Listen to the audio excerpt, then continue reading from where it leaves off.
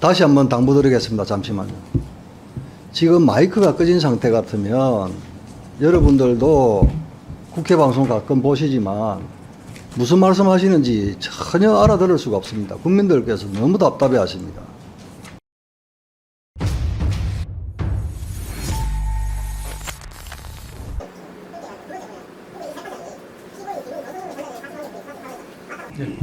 잘 알겠습니다. 다시 한번 당부드리겠습니다. 잠시만요.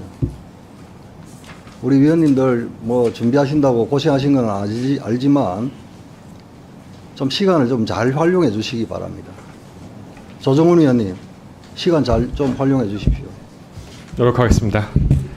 네, 한동훈 장관님, 지난 금요일 날 있었던 신림동 흉기난동 살인 사건. 네. 저는 이게 현안 중에 가장 중요한 현안이라고 생각합니다. 저는 많은 국민들이 지금 분노와 지금 두려움에 떨고 있다고 생각합니다. 또 뉴스에서 보니까 장관께서도 사건 현장 가셔가지고 애도 표시하고 재발 방지하겠다고 하셨고요. 이 과정에서 지금 저와 저희 당에 굉장히 많은 당원들이 요청하는 게 사형제 필요하답니다. 사형제도. 지금 사형제도에 대한 여론을 보면 작년의 경우 한 70%고요. 지난주 같은 신림동 그런 강력 사건이 나면 80%까지 올라갑니다.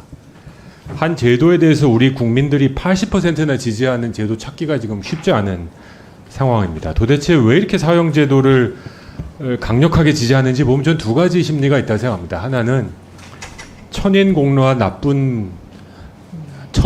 범죄를 저지른 사람은 천벌을 받아야 된다, 뭐 이런 게 있고요. 또 두 번째, 제가 오늘 장관님께 질의하고 싶은 건 이 보복 범죄에 대한 두려움이라고 생각합니다. 얼마 전에 부산 돌려치기 사건 있었지 않습니까? 예. 이 친구가 지금 들어가서 출소하면 죽여버리겠다고 복수를 공언하고 있습니다. 뭐 신상을 적어놓고 노트를 계속 구치소 동기들한테 보여주고 있다고 합니다. 이런 소식을 들은 피해자 가족들은 벌벌 떨고 있다고 저는 확신합니다. 저는 마음 같아서는 사형제 실질적 폐지 국가고 뭐고 상관없이 이런 사람들은 사형에 처해야 된다고 생각해요. 그리고 알아보니까 법무부 장관님이 형법상 사형 집행 명령권자시더라고요. 그렇습니다. 어떡하십니까? 실질적 사형 금지 국가인데 이걸 지키실 생각이십니까? 아니면 어려움이 있다고 생각하십니까? 사형제는 굉장히 여러 가지 철학적인 고민이 필요한 영역이죠. 그리고 그것뿐만 아니고 이게 외교적인 문제도 굉장히 강력합니다. 사실 만약에 사형을 집행하게 되면 EU와의 외교 관계가 심각하게 단절될 수 있는 문제입니다. 다만 제가 이 문제에서 가부를 명확하게 말씀드린 문제가 아니라 이게 그렇게 간단한 문제가 아니라는 것을 말씀드리고, 그렇기 때문에 1997년 이래 사형 집행을 하고 있지 않은 면이 있는 거죠. 그래서 여러 가지 고려할 점이 많이 있다고 생각합니다. 저도 그 점도 충분히 이제 숙지하고 있습니다. 그래서 제가 이제 맘 같아서이라는 단서 조항을 달았고, 제가 그 자리에 앉아 있어도 사형 집행하겠다고 단언하기는 여러 가지로 어려운 것 같습니다. 하지만 지금 우리 국민들이 갖고 있는 보복 범죄에 대한 두려움도 현실입니다. 장관님도 인지하시죠? 여기 그렇습니다. 보면 매년 300에서 400건씩 보복 범죄가 나오고 있고요. 또 무기징역, 정말 흉악 범죄를 저지르지 않으면 받기 어려운 무기징역 죄수 중에 매년 가석방자 수가 어떤 해는 40명, 어떤 해 20-30명씩 지금 나오고 있습니다. 그렇습니다. 그럼 이 사람들이 지금 우리 대한민국 사회에서 걸어다니고 있다는 사실만으로도 피해자의 유가족들은 어마어마하게 두려울 것 같아요. 왜 피해자가 두려워야 되는지, 이 분노, 이것도 정당하지 않습니까? 그래서 저는 여러 가지 고민을 하던 중에 많은 전문가분들이 실질적인 사형은 어려우니 이것도 고민할 수 있지만 소위 가석방이 없는 종신형 제도라는 걸 한번 우리 형법에 추가해보자. 그래서 아무리 지금 현재 아까 이런 분도 무기징역 받아도 20년 채우면 가석방 될 수 있는 거죠, 지금 법상은? 가능합니다만 아주 흉악범의 경우에는 쉽지는 않습니다. 네. 그래서 정말 이런 사람들, 정말 흉악범을 저지르고 뉘우치는 것이 하나도 없고 보복범죄, 보복하겠다는 것들을 공개적으로 하는 이런 사람들을 사회적으로 영구 격리하자. 그래서 이런 피해자 유가족들이 나와 나의 지인을 또는 가족을 살해한 그리고 치사한 사람들은 내가 살아있는 한 이 사회에서 마주칠 일이 없다라는 그런 안전과 확신을 주는 건 좀 국가의 큰 의무라고 생각합니다. 그런 차원에서 사형제 폐지와 별개로 가석방 없는 종신형 제도를 형법에 도입하는 제도에 대해서는 어떻게 생각하십니까? 이 문제 복잡한 문제지만 단순하게 제 생각을 말씀드린다면 저 그 취지에 공감합니다.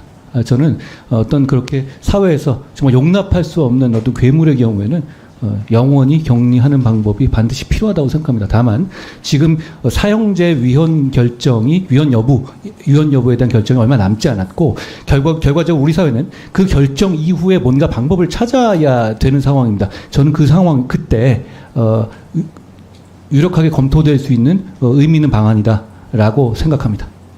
네, 알겠습니다. 그러면 저는 개인적으로 장관님의 그 긍정적인 입장에 대해서 참 환영을 하고요.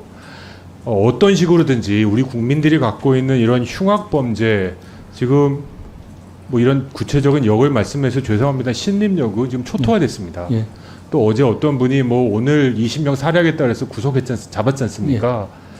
저는 어떤 분들이 그러더라고요. 우리나라 이제 선진국이다. 왜 그렇습니까? 선진국이라면 서울 같은 수도권에서도 가지 못하는 지역이 생겨야 된다. 이건 좀 말이 안 되는 것 같고요. 예. 근데 우리 사회가 지금 이렇게 돼가고 있다라는 생각을 저만 한 건 아니지 않습니까? 정말 법무부 장관님으로서 우리 사회가 그렇게 자랑하던 안전국가를 지켜내는 것은 솔직히 사형 폐지 국가의 자존심보다 훨씬 중요하다고 생각하고요. 또 이런 가석방 없는 종신형 같은 것들이 도움이 된다면, 범죄 예방에 도움이 된다면 좀 적극적으로 예. 이 제도를 좀 도입해 주셨으면 좋겠습니다. 예.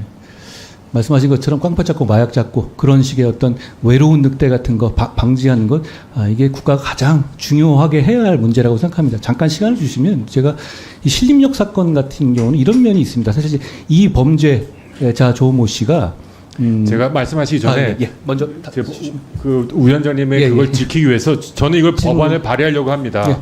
그 법무부의 긍정적 검토 부탁드리고요. 나머지 시간은 장관님 다 쓰셔도 됩니다.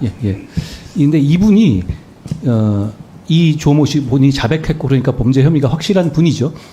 이분이 20년 전에 소년원에 한 번 1년 7개월 정도의 소년원 생활한 거 이후에 전혀 수감 전력 자체가 없습니다. 그러니까 엄청난 범죄를 계속 저질러 오면서 사회에다가 이 굉장히 위험 인물이라는 점에 대한 사인을 계속 줘왔던 사람이 아닌 겁니다. 굉장히 독특한 경우거든요. 근데 이런 경우가 미국 같은 선진국이라든가 이런 총기 난사 사건 같은 경우 많이 보이는 어떤 외로운 늑대 같은 사례란 말입니다. 그런 경우도 전과 없이 이런 범행이 확 갑자기 튀어나오는 겁니다. 이런 부분에 대해서도 참 어려운 대책이고 세계적으로 다 고민하고 있는 부분이지만 저희도 이제 이거를 어떤 방식으로든 간에 조금 기본권 제한이라든가 이런 부분도 충분히 고려하면서도 방어적으로 여러 가지 이 대책을 마련할 때가 됐다고 생각합니다. 저는 국민들이 불안하시는 것에 대해서 충분히 공감하고 죄송스럽게 생각합니다.